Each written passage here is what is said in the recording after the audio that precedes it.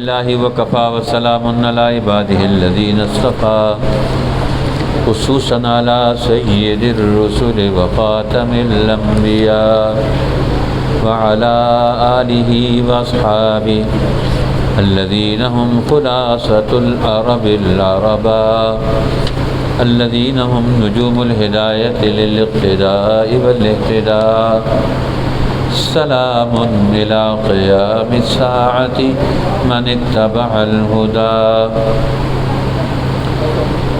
أما بعد فأعوذ بالله من الشيطان الرجيم بسم الله الرحمن الرحيم وعن عبد الله بن مسعود رضي الله عنه قال قال رسول الله صلى الله عليه وسلم نظر الله عبدا سمع مقالتي فحفظها ووعاها وأداها فرب حامل فقه غير فقيه فرب حامل فقه إلى من هو أفقه منه ثلاث لا يغل عليهن قلب مسلم إخلاص العمل لله والنصيحة للمسلمين ولزوم جماعتهم فإن دعوتهم تحيط من وراءهم رواه الشافعي والبيهقي في المدخل ورواه أحمد والترمذي وأبو داود وابن ماجه والدارمي عن زيد بن ثابت إلا أن الترمذي وأبو داود لم يذكر ثلاثا لا يغل عليهن إلى آخره. صدق الله العظيم وصدق رسوله النبي الكريم إن الله وملائكته يصلون على النبي يا أيها الذين آمنوا صلوا عليه وسلموا تسليما اللهم صل على سيدنا محمد وعلى آله وأزواجه وأصحابه وأتباعه وبارك وسلم تسليما كثيرا كثيرا. محترم حاضرین، عزیز بزرگوں اور بھائیوں، آج ہم یہاں ادارہ تعلیمات شریعہ واکنڈ میں درس حدیث پاک کے عنوان سے یام جمع ہیں. اللہ تعالیٰ نے ماشاءاللہ حضرت مولانا حکیم مفتی معین الدین صاحب ان کو بڑی صلاحیتوں سے نوازا ہے. یہ ہر وقت دینی اور علمی انسانی اجتماعی خدمات کے اہم ترین کام سر انجام دیتے رہتے ہیں، منصوبہ بناتے رہتے ہیں، دوستوں کو دعوت دیتے ہیں تاکہ امت کا یہ علمی اجتماعی دور یہ وجود میں آ جائے اور ہم اس دور گمراہی سے نکل جائیں اور اللہ کے پاک پیغمبر صلی اللہ علیہ وسلم کے سچے علوم جن سے دنیا اور آخرت کی کامیابی وابستہ ہے، ہم ان سارے علوم کو حاصل کرنے والے بن جائیں.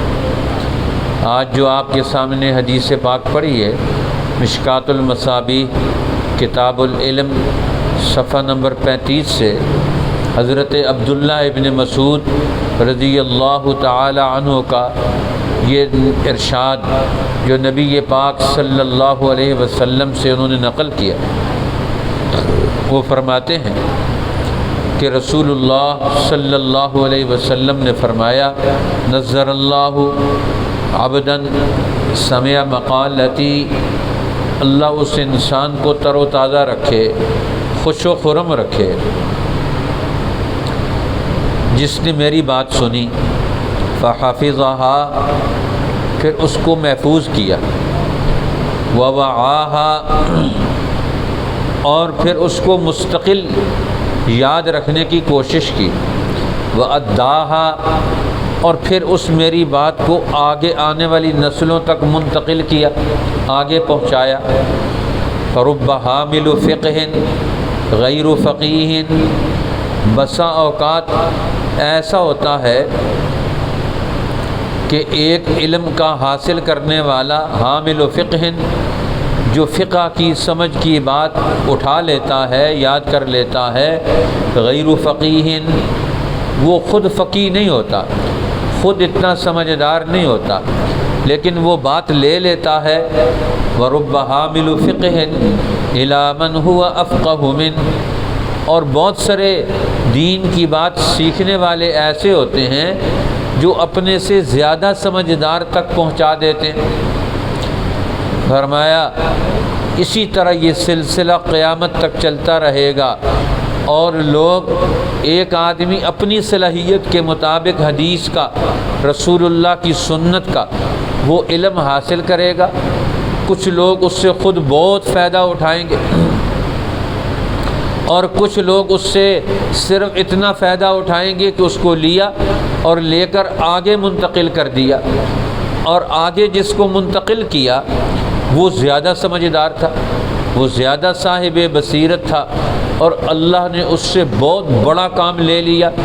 اس نے علم حدیث سے، سنت نبوی سے امت کے لیے شاہراہ عمل کا ایک پورا دور پیدا کر دیا۔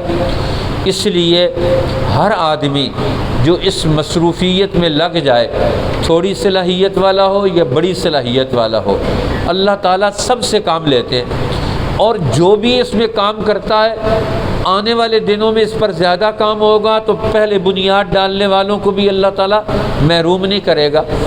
اس لیے اب ہمارا حصہ کتنا ہے اس میں، اس کو سننے میں، اس کو سمجھنے میں، اس کو آگے پہنچانے میں ہمارا حصہ بھی ہو جائے۔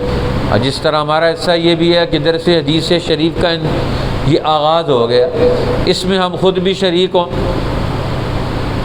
اسی طرح اپنے ایک دوست کو اپنے ساتھ ہر مہینے شامل کریں، تو ہمارے ساتھ ہماری وجہ سے ایک دو دوست شامل ہوں گے، وہ بھی علم حدیث رسول اللہ کی بات سنیں گے، سمجھیں گے، تو ان کا ذہن، ان کی ذہنی ساخت وہ علم نبوت کے مطابق تیار ہوگی، اور ہمارا اس میں حصہ پڑ جائے گا۔ اب وہ زندگی میں جتنے اچھائی اور بھلائی کے کام کریں گے اس کی بنیاد آپ نے ڈالی، کیونکہ آپ اسے لے کر آئے اور اس کے شرکت کروائی، اور اس کا نتیجہ کیا نکلا، آپ اس کے دائی اور اس کی بنیاد رکھنے والے بن گئے۔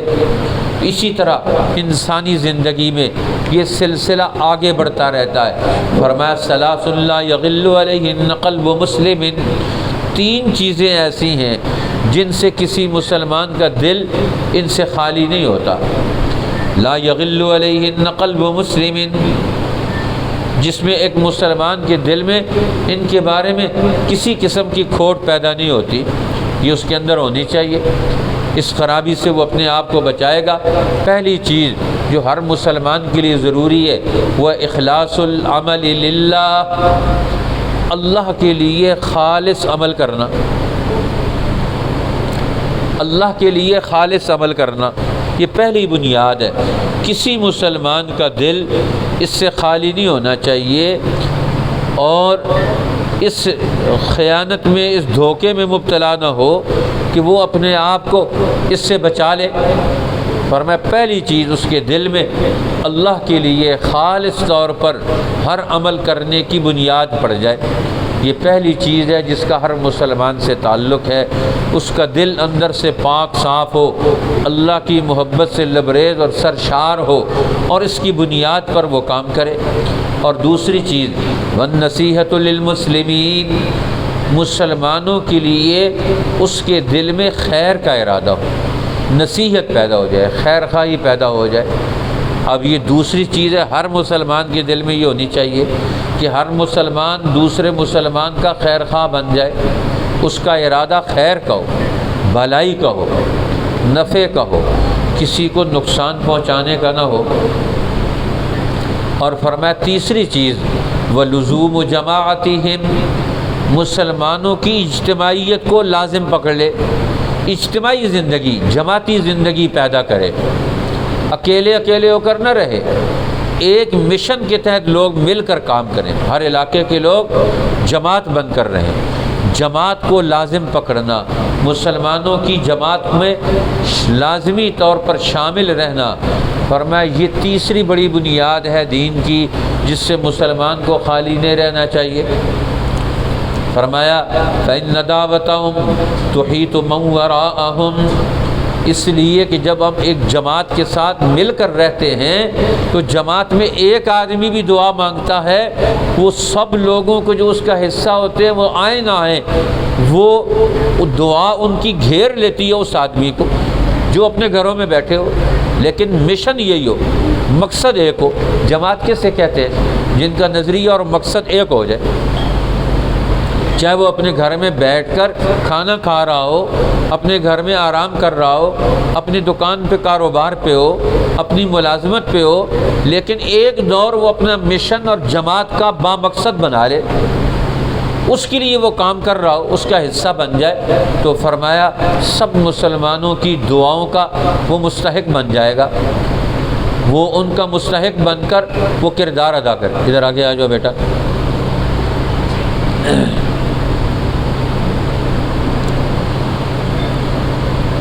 اب امام شافعی نے، بیہقی نے اور امام احمد نے، امام ترمذی نے، امام ابو داود نے، ابن ماجہ نے اور امام دارمی نے اپنی اپنی کتابوں میں اس حدیث پاک کو نقل کیا ہے۔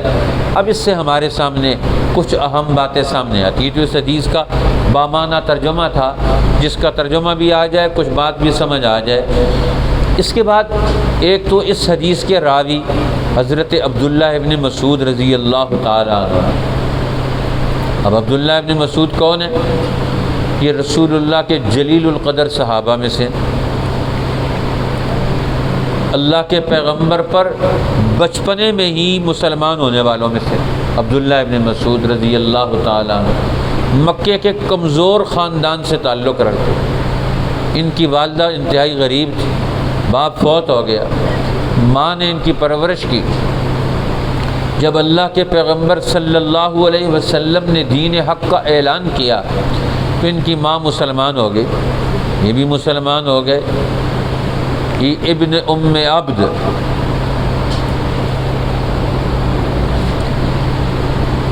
ام عبد کے نام سے ان کی ماں مشہور، اور ابن ام عبد اس نام سے ان کو پکارا جاتا تھا۔ عبداللہ ابن مسعود رضی اللہ تعالیٰ عنہ چھوٹا سا قد تھا، سوکھی ہوئی پنڈلیاں تھیں، لیکن اللہ کے رسول صلی اللہ علیہ وسلم سے محبت کا انتہائی درجہ تھا۔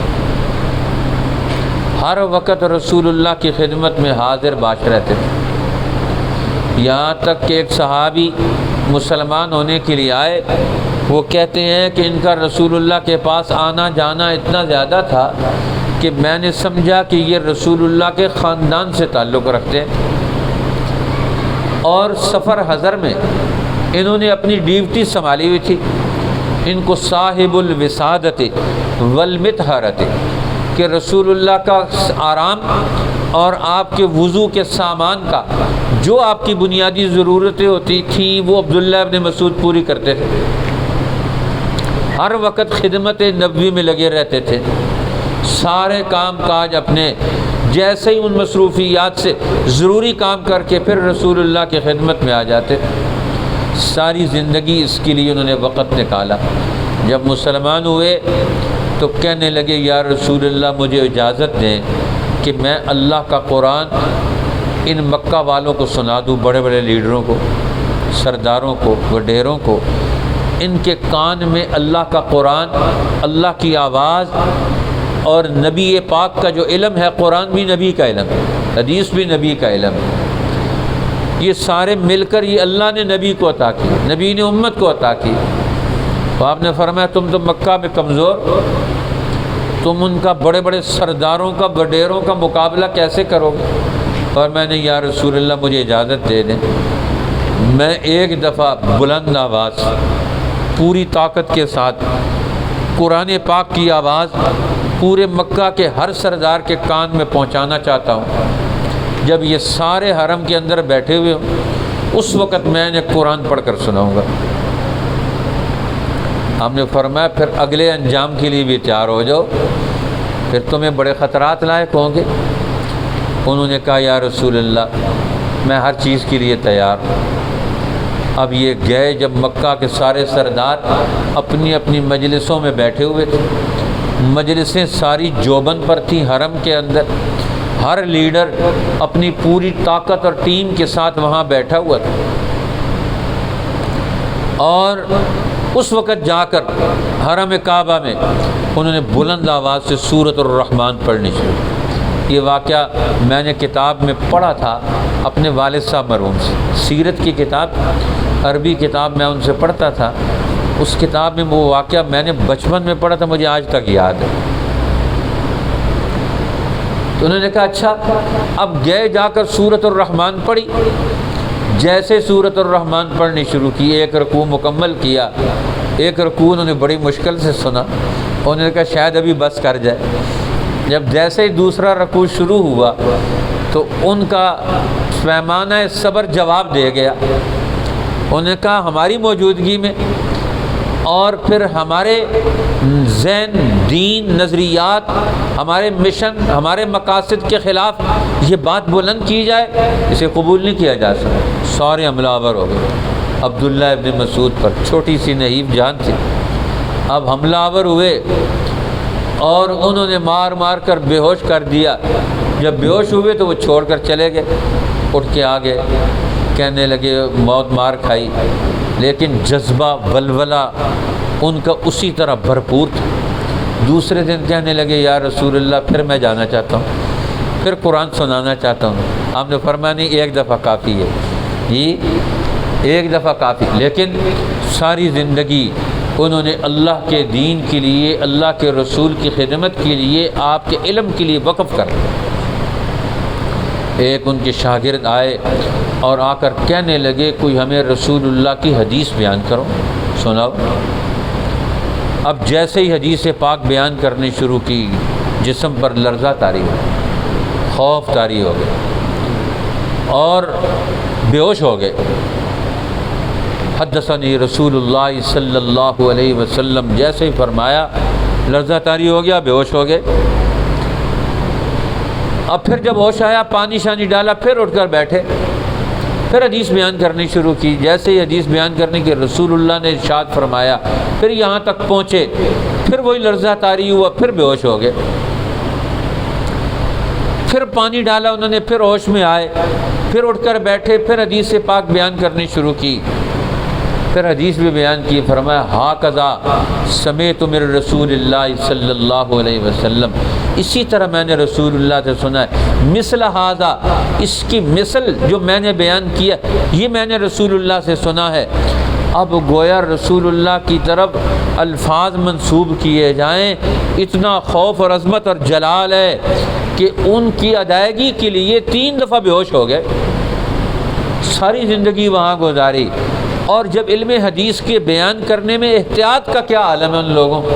آج تو ہر آدمی جس نے حدیث پڑھی بھی نہیں ہوتی وہ دوسروں کو حدیث سنا رہا ہوتا ہے، بیان کر رہا ہوتا ہے. یہ اس کا اہتمام کیا ہے، اس کی احتیاط کیا ہے، اس کے تقاضے کیا ہیں، اس کی ذمہ داریاں کیا ہیں، اس کے اندر پہچان اور علم کے اسباق کیا ہیں، ہمارے لیے ضروری چیزیں کیا ہیں، ان کو سمجھنا بہت ضروری.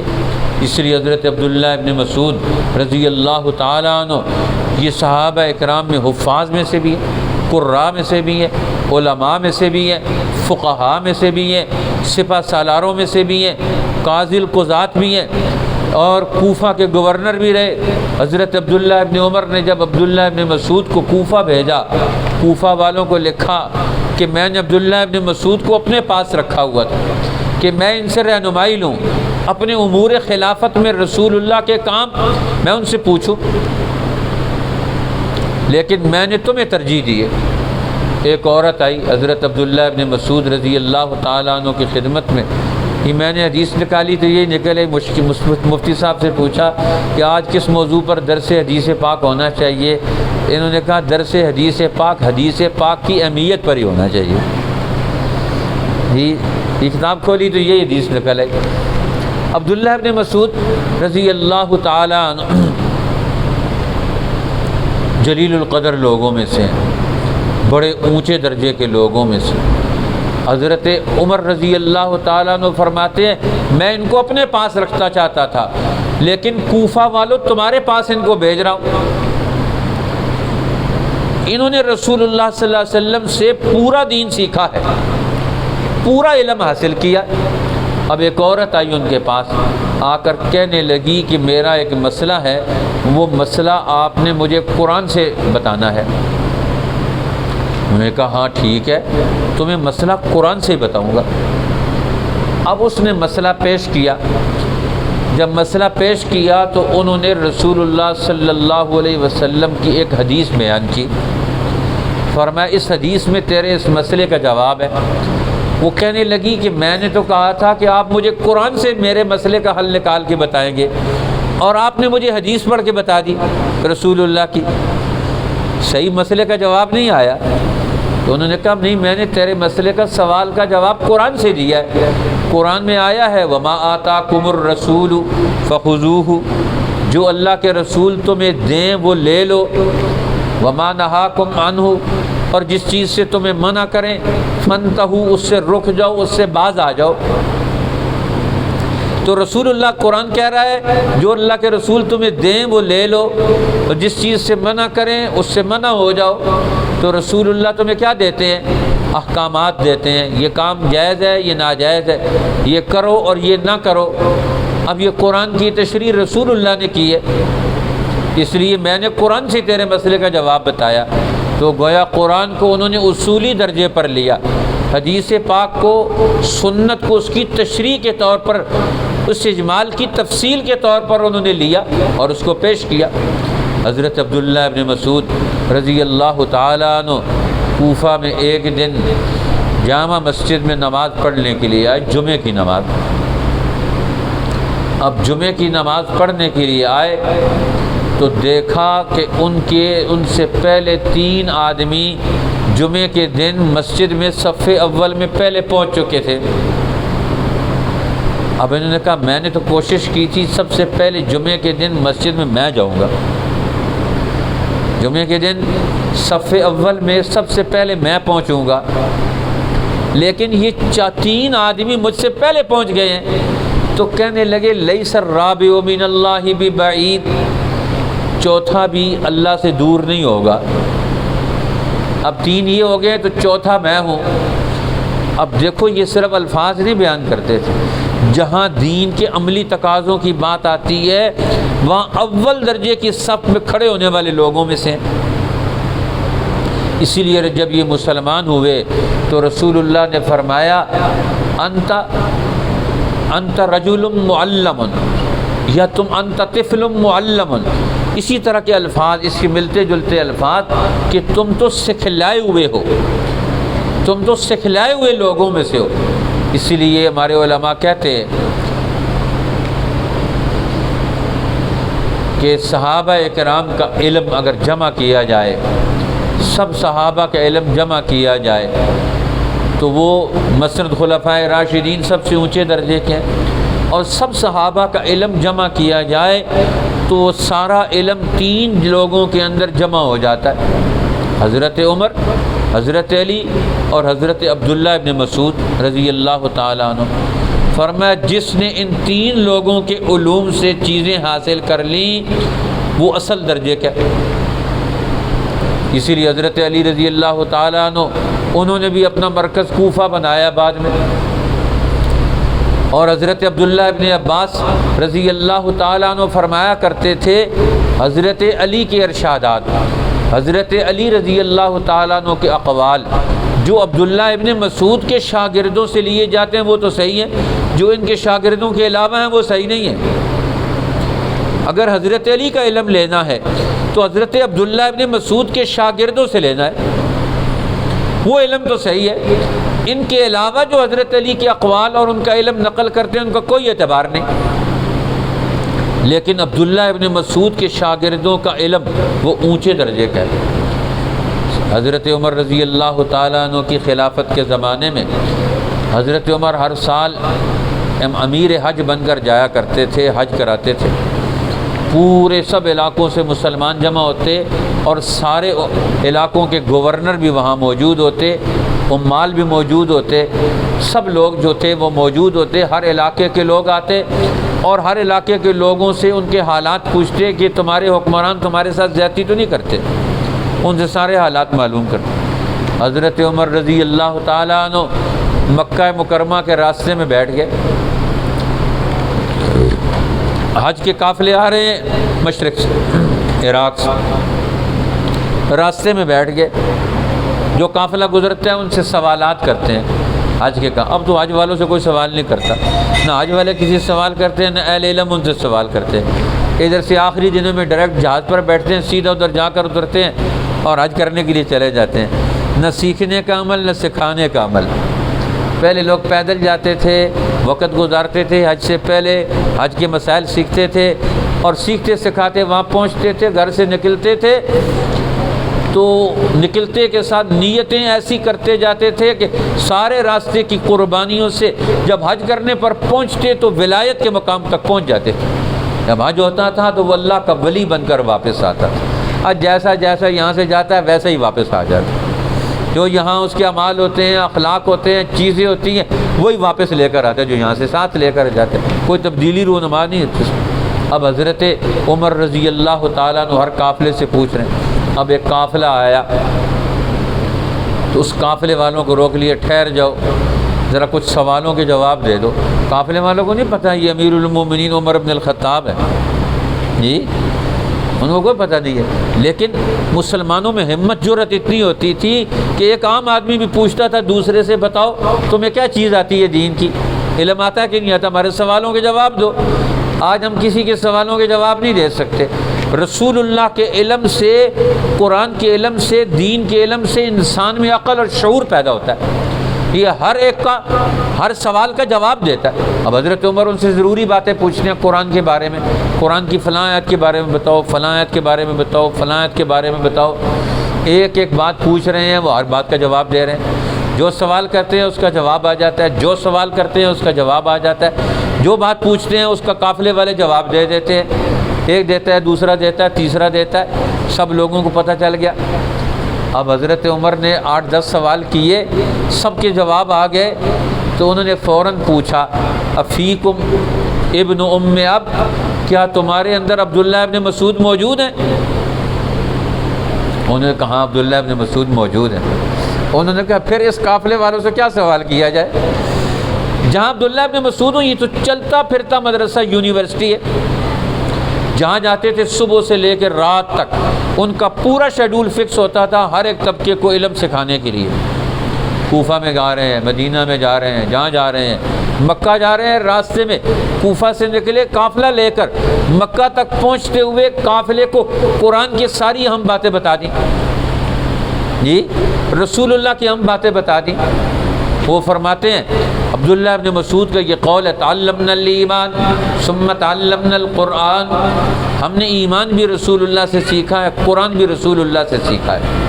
یہ وہ کہتے ہیں قرآن کی کوئی آیت ایسی نہیں جس کا معنی، مطلب اور مفہوم میں نے رسول اللہ سے نہ پوچھا ہو نہ سیکھا ہو۔ ہر آیت جو نازل ہوئی ہے اس آیت کا علم بھی، اس کا عمل بھی، اس کا محمل بھی، ہر چیز کا میں نے علم حاصل کر لیا۔